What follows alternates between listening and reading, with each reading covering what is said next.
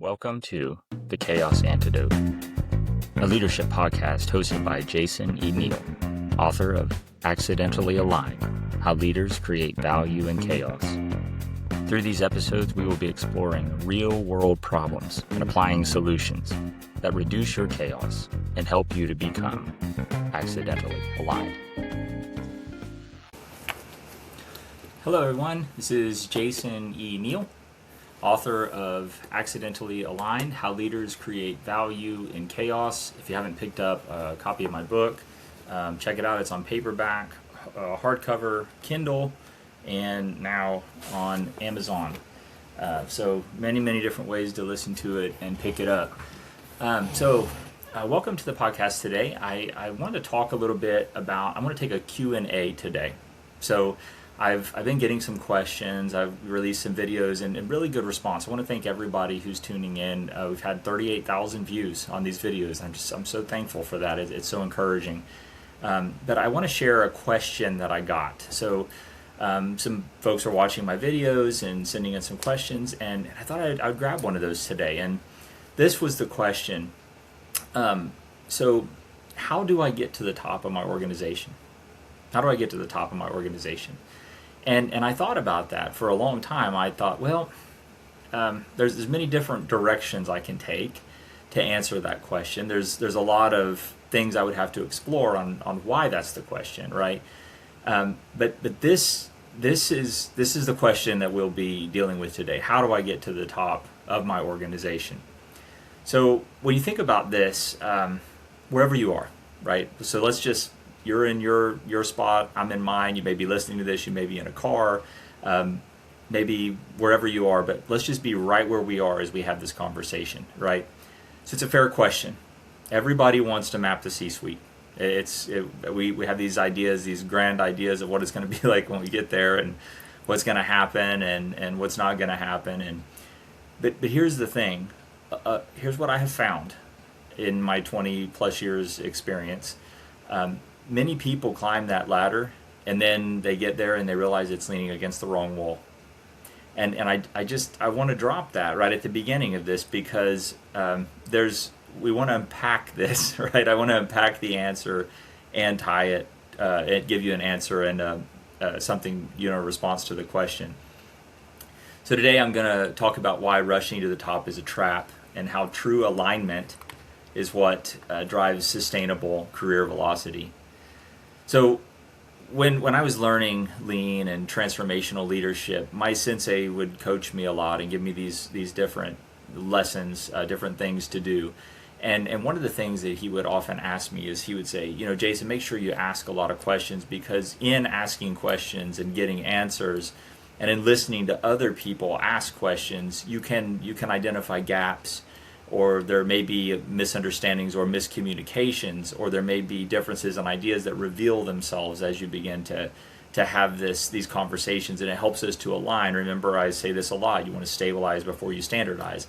Well, that goes for everything. That's not just data points or high spots on a metal run chart, right? It's not what we're looking at. We're not looking at a statistical, it's not just like a statistical, there's 7 burrs on that flat surface. So, right, it's not that. You can apply this to anything. You apply this to thoughts. You apply this to, understanding, knowledge gaps, training opportunities, right? It's anything that we deal with, there is a standard and a gap, and there's generally some lack of stabilization that's going on there. But here's, when people ask that question, they say, how do I get to the top? This is what they usually want. Give me some tactical political playbook. What are the things that I need to do? Who are the people that I need to meet? What things do I need to say when I'm in those rooms? I want to look the part. I want to know which meetings I need to dominate. How to react when corporate pressure hits me so that I'm viewed in the right way. And I'll tell you this, when I started in my career and I took over the operations as operations leader for one of the largest volume engine lines in the world, right, for aerospace. And there was so much pressure. And this is the way, when I was taking the job, this is the way it was explained to me. Oh, you're going to get a lot of visibility. It's going to get a lot of visibility. You're going to get to, talk to the vice president every week. And I did. And here's what I found. Not all visibility is good visibility, especially when things are not going well, right? That can actually be harder on you than being invisible, depending on what that visibility is and how you're being seen and perceived. So it's not visibility, I can tell you that. And it's not many other things, but it's this, when we create these ideas in our mind, I just want to bring this right out at the beginning and get to that. Think about it. What if you made it to the top of that organizational chart, but you had to sacrifice the things that you believe in? I'm just going to pause and sit here for a second. I want you to think about that statement. I'm going to drink a drink of hot tea, and I want you to think about that statement. What if you made it to the top, but you had to sacrifice things that were very important to you and things that you believe in? Now that you've let that hit your mind for a minute, I'm going to ask you this question. Is that success? Is that what it looks like? Because when we ask questions of how do I get to the top, my counter question as a coach is going to be, why do you want to be to the top? Why do you want to be there? And what do you think is going to happen when you get there? And what things are going to be different, right? And these are questions I would ask so that I can begin to unpack this idea of why this is important. When we sacrifice things that are deeply important to us or we believe in, that's not success. That's structural failure, right? Before we focus on scaling a mountain, we need to find the ecosystem where the top is actually suited for longevity and completely aligned with your personal goals and objectives. Here's something that's very hard to realize, but look, here's the thing. There are many of us right now that are sitting at the wrong table, right? You're never going to be recognized. You're never going to be promoted. Nobody's ever going to say anything. They're going to use you every day of your life. And who's doing it? Who's using you? The people at the top, right? So in order for you to get there, you're probably going to have to become that, because that's the structure that you're operating in, right? It's going to be very, very hard for you to get to the top and not be like that, knowing that everybody else is that way. It's going to be very hard for you to ever arrive there without changing or becoming that person. And if you do, then you're the kind of leader that I talk about every week. So when I catch these questions, it's like, what are we after, right? Is if that is the answer and that's the goal, I really want to get to the top, then certainly, yeah, it's actually not that hard. It's really not that hard to get to the top if that's what you want.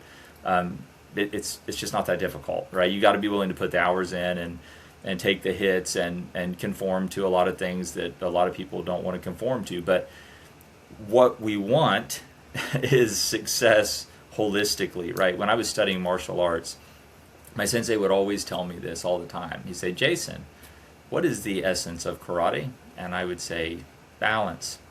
And he'd say, that's correct. Balance is the essence of karate. And here is what's the point, right? Because if you're not careful, we'll find ourselves way out of balance. Well, I have power, I have authority, and I have influence, and I have money, but I've lost everything else. That's not good, right? That is imbalance. That is the teeter-totter is, right? It's in a really, really bad position. We don't want that, right? We want a sustainable lifestyle that creates what we want to get from it, and we want to be in front of the right audience and in front of the right people and alongside the right people so that we can really make a difference with what? With the things that we bring to the table. Here's what I find about a lot of corporations. They hire really good people, and then they spend a whole lot of time and energy just trying to make those people just like them. But the thing is the reason we hired those people is because we have problems that we can't solve. And we hired those people because they have skills that we needed to solve those problems, but then we try to make them just like us, and we have the same problems, but now we have somebody to blame. And that is the trap, right? We don't want to do that. We want to create structures, and we want to create organizations where people can thrive. I received before I continue going on, I received a comment the other day, and I thought it was really interesting. And again, it helps as a facilitator and as a coach to unpack the ideas that are behind this, these thoughts when you get them. They said, it's always going to be like this. It's always been like this. It's always going to be like this. You're not going to change anything just by going around and talking. You're not going to change anything by your podcast or your book. So why waste the time? Well, that's a very interesting perspective, and certainly, we can agree that there's a lot of factual components to that. But there's a lot of auto accidents too. There's some plane crashes, right? So they've always been that way. It's always going to be that way. So why worry about it? The answer is in the question, right? When I was studying statistics and when I was getting my mechanical engineering degree, I had a teacher and he said, Jason, we have 100 planes in the air and one of them goes down. Is this process in control or not? And I said, maybe. I'd need to know more, but maybe. He said, agreed, maybe. It might be, right? We don't know if they landed and how it ended, but right, it came out, it was a defect, it had to divert course. So, but he said, now let me ask the question, is that good or bad? And I said, well, it seems good. I mean, 99 out of 100 didn't have an incident. That seems good. And he said, correct. And then he asked the question and he said, final question. He said, would you see it differently if you were on the one? Would you see it differently then? And I said, yeah. And I've lived my whole life being on the one. And that's why I do not receive those questions well. It's not that I've sunk my pole into sand and I'm building a fence there. That's not what it is to hold everybody out. But I know what it's like to be the one, right? I know what it's like to be the 5 out of a million. And yeah, maybe statistically we're doing okay, but for those people, for those situations, they're really bad.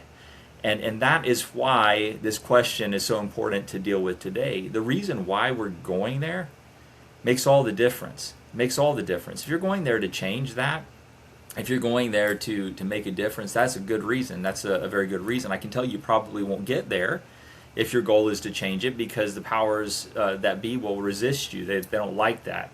Taiichi Ohno called these people antibodies. So if you think about when the body gets sick and you start to get the flu or something or some virus, you have these antibodies and they're activated and they drive that out, right? They say, we like the body as it is and there's something new here and we're going to find it and isolate it and drive it out. And that's why you get sick, right? Your body's expelling that strange thing that has entered. And that's what these leaders are. When you come in with a different mindset, you have to understand that's how they're going to receive you. It's their antibodies. They're going to resist and push back and isolate you and try to drive you out. They're not going to pull you to the top. So I share all these ideas with you as we walk through this because we're unpacking this question step by step by step, right? So in my book, Accidentally Aligned, I talk heavily about a lesson I had to learn the hard way through years in operations. Many lessons, actually. As leaders, we have to be so intensely aware of what we believe, and we have to align those beliefs with why we do what we do so clearly that in a moment's notice we can speak them without giving them a second thought. This is in my book. And this is really important to unpacking this question, right? What are the things you believe? What are the things you believe? If you couldn't answer that in that amount of time that I gave you, you don't know. You don't know. And I will tell you this. I do these same exercises when I go to plants. People, I go all over different plants and I will ask them, hey, do you have a standard? And people will say, oh, yeah, we have a standard. And I'll say, can I see it? Yeah, we can get it for you. I'd like to see it now. Well, we can get it for you before you leave, but I would like to see it now. Can you produce it now? And they'll go scramble and spend 30, 45 minutes probably trying to write one real quick and to show me they have one. But logically, it makes sense. Yeah, of course we have a standard, because how else would we run the business if we didn't? And I'm not saying that there's not some kind of structure that you're using to run the business, but do you have a documented standard that you adhere to and measure your gaps to, right? And here's the thing. If your plant leader, your general manager can't find that in 1 to 2, 3 minutes, you don't have one. Because if they can't find it at the most powerful seat in the entire company, rest assured that nobody's seen it. Well, it's the same with your value system. If you can't produce that very, very quickly, you do not have a standard. You do not have a standard system of values. You don't have things that are important to you. You're probably trading and bartering things all day long to get something else. It's just probably a revolving door. And that's why I asked that question. That is a standard. We talk about applying standards to manufacturing principles and assembly lines. I'm talking about applying standards to your life, right? Things that are important to you, things that you believe in. To do this, well, okay, maybe you got me. I don't know. What do I do? Well, let's talk about that. I want you to ask yourself one fundamental question. What do I want? And be honest with yourself. Not what does everybody else want? What do I think? Maybe growing up, we weren't seen in the right way, or people didn't respect us, or maybe we have, and we're like, well, I'm going to show everybody. I'm going to go to the top. Okay, fair. That's what everybody else wants for you. It's not what I'm asking. I'm asking what you want. Like, what would you want if you were all alone and you didn't have damage and you weren't bringing a bunch of baggage along? Like, what would you want then?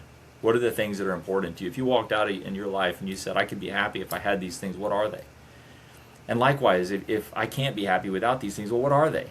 Because those are non-negotiable. So if that's the trade to go to the top, you don't want to go to the top. I can just tell you that right now.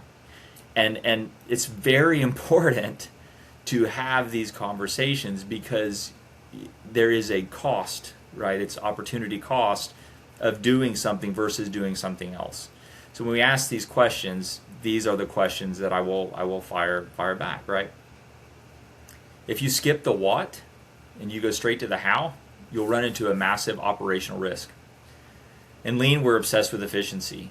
We want to close performance gaps by aggressively removing waste. But human capital is not data on a spreadsheet. Yeah, we can treat them the same way, we can use the same tools, but it's not data, right? You're talking about something that is very abstract. It's very cloudy at times. It's difficult to understand, and we deflect for many reasons. There's so many barriers when you start dealing with that. If you're not careful, you're going to optimize your life so aggressively for a corporate title that you will accidentally remove your core value. I'm going to share with you a story that I share often with my teams and with different groups, and it's the story of the orchestra. And you have this conductor, and they're doing their thing, right? This na na na na, and everybody's playing.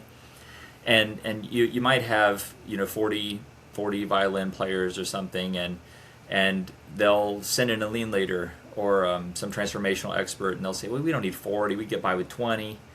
We don't need 20, we get by with 10. And then somebody else will come in and they'll go, oh, I got a new method here, and use my method, it's better, I can get you down to 5. And then somebody else will say, oh, well, I went to this consulting course and I can get you down to 1, and wonderful. And then somebody else will say, well, I just got this new technology, and we're going to bring in this synthesizer, and you can push this button and it will make the sound of 40 violin players, and it'll be magical, and these great things will happen. And then someone else will come in and they'll say, you know what, why do we even push the button? Let's just automate this. Let's just automate the whole process, and nobody has to show up, and we can just make the sound of 40 violin players. And everyone claps. They get excited. They say, this is wonderful. We have improved the world, right? But then the curtain opens and the seats are empty. And we sit back and we wonder why. And we say, well, why are the seats empty? I don't understand that. What happened? What happened is, when we removed the waste, we removed the value. And this is what I find in so many people's lives. We get so focused on the efficiency and removing the waste from things like our lives. I want to go to the top. I want to be the most efficient person, and I want to be have the most efficient path to go straight to the top right now. If you're not careful, you're going to strip all the value out. And the seats in your life, the metaphorical seats, they're going to be empty. And you're going to look out there, and that's what you're going to find. And I share that with you because you want to build a system in which, as you reduce and as you improve efficiency, you are constantly connected to the customer to ask the question, do you still perceive the same amount of value now that I have made the changes in this system? That's the same for your own life. As you make changes and you say, well, I'm here now, and this is how I'm living my life, and I want to go there, and if I make these changes, would I still perceive the same amount of value in my own life? If you can't answer that with a yes, then you really need to deeply consider that and say, okay, why am I so set on and hard bent on removing value from my own life? Why is that such a priority for me? So, how do you move up without losing yourself? That's a good question. Stop navigating with a broken map. I'm going to let that sink for a second. You stop navigating with a broken map. You focus on the actual terrain. You build a career climb that honors your baseline principles. So when you think about SQDC, safety, quality, delivery, cost, these are true north guiding principles. We use this in transformation. Every plant I've ever been in, every business that I've worked in, these are guiding principles. Not everybody follows them. I'm not going to act like they do. I live in the real world, right? But this is what we teach. This is what we tell people they should do. Lean practitioners all over the world. I don't think anyone disagrees on this idea. It should be safety, then quality, then delivery, then cost, because that's how you create an optimized system. And it's no different in our own life, right? Start with S. Start with safety. When you look at your life, what things make you safe? What things provide safety for you? Well, maybe it's money. Maybe I need financial security. Fair, that's the thing. Maybe it's relationship. Okay, who are the people you have relationships with? Why are they important to you? How would they change if you change the system? How would they change? How would your safety change? How would your financial situation? Is money the only thing that makes you feel safe? Are there other things? Having people scream at you all day from beginning to end, does that make you feel safe? Would that change? Right? These are questions you must ask. Safety, then quality, then delivery. Okay, well that's fine if you got S and Q lined up and that's what you want to do. Well, let's do it. Right? That's delivery. So how are we going to get on track to do it? So we're going to do it. And then cost. What's it going to cost you? Right? What are you trading for it? What are you giving up? Because it's a basic asset transfer. You're taking something and you're trading it for something else, or you're trading it for money or something, right? And I'll tell you something a long time ago that one of my teachers taught me. He said people are willing to be abused for a great deal for a certain amount of money, and they're willing to be abused a little more for a little more money. But when the conversation becomes about money and there's nothing else, the relationship's gone. And oftentimes that's what we run into. It's that the relationship is gone, or there's nothing. So we've now pursued at all costs, and we've landed somewhere, and the relationships are gone. So if that's where you want to go and that's what you want to do, what recommendations do I give you? This is now understanding all those things, right? I'm unpacking this entire system. This is what I'd recommend. You need to find the place to where you don't have to sacrifice those things, or that you sacrifice them at an optimal rate of which balances your system, right? Balance. Remember that word we've been talking about, balance. That's what we want. So find the place and ask yourself, like really honestly, looking around, is the place that I'm in right now, is that going to create balance for me? Or do I need to go somewhere else? Well, that scares me. Yeah, fear's part of it too. That's in there too, right? Fear is probably the biggest limiter of anyone and everyone I ever deal with. It's always, well, I don't know what's going to happen. I don't know what's going to happen to me if I, let's be honest, I don't know what's going to happen to me if I tell the truth. I don't know what's going to happen to me if I report this. I don't know what's going to happen to me if I say what everybody knows that they're avoiding, right? I don't know what's going to happen to me if I leave the company and get a new job. Maybe it won't work out. Well, maybe it won't. But again, you have to ask yourself, what do you want? You're going to get one chance to run through this life. That's it. It's going to, look, I'm 47 years old. And I just had a birthday. I'm 47 years old. And I can tell you with certainty, it goes fast. The days are long, but the years are very short. When I look back, I mean, they were long when I was in them, but when I look back, I'm like, wow, that was actually pretty quick. It's actually pretty quick. And I don't know how much longer will remain, right? So it's with all these things in mind that we make decisions, right? And my motto, my core brand of my motto is let's make tomorrow better than today. And I stand on that, right? But let's make tomorrow truly better than today. Let's not trade off everything and sell everything off so that we can enjoy a tomorrow that looks different than today. That's not the goal. We want to create a sustainable, growing system, and that equips our people for the growth, and that when they get there, it's not a curse, but it's a blessing, right? When I got there, it's not a curse that I walk into every day and I have to survive every single day. That's not the goal.